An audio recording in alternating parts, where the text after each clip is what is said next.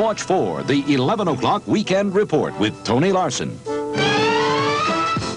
Good evening. This reported just within the hour. The Jefferson County Sheriff's Office reports a nude male body found this evening about 1 7/10 miles up Lariat Trail.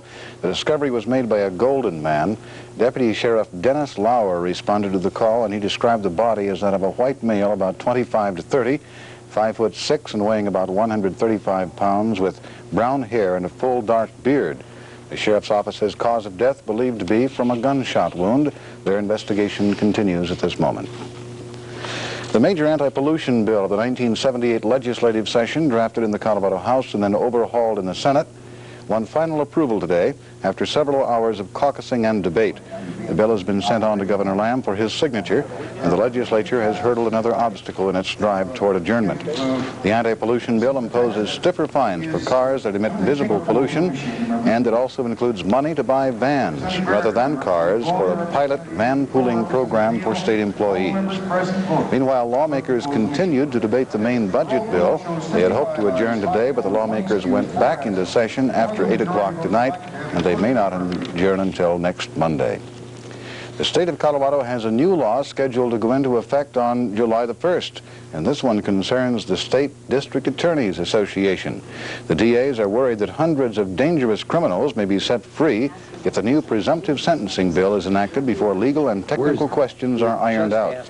At a news conference today, Denver DA Dale Tooley announced the statewide DAs Association has asked Governor Lamb to call a special session of the lawmaking body. They want the legislature to hold up the new law for 1 year.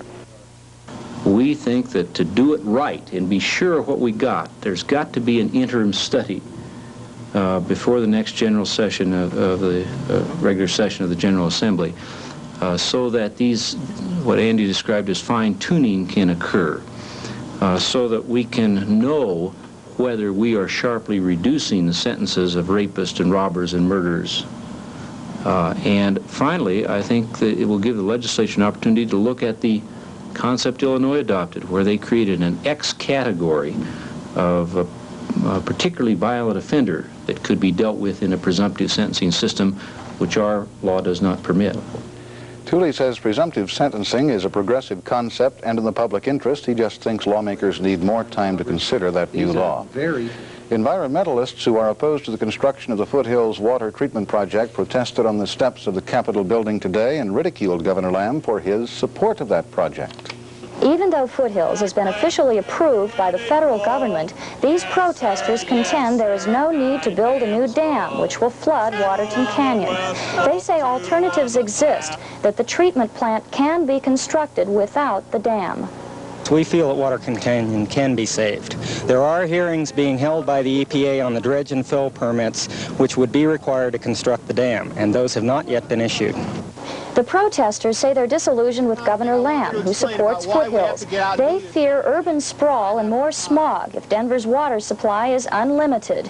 And they claim the entire project will cost each water customer $800. Most of the people here today admit that they probably won't be able to save Waterton Canyon, but they demonstrate that they're not going to give up the canyon without a fight. Zoe McCrae, News Watch 4. A radio message from the crew of an American jetliner sent to Murmansk to pick up survivors of that South Korean jet downed in Soviet territory claims the Russians are holding the pilot and the navigator of that KAL plane for further investigation. The Pan Am aircraft was allowed to land in Murmansk and fly the survivors to Helsinki. The plane has now landed in Helsinki.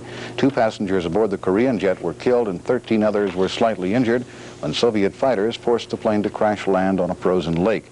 There is still no firm information on why the Korean craft was so far off course when the incident occurred.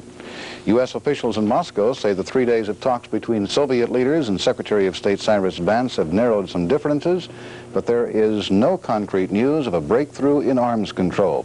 Details on that from Richard Valeriani. Thousands of Russians flocked to Lenin's tomb in Red Square to mark the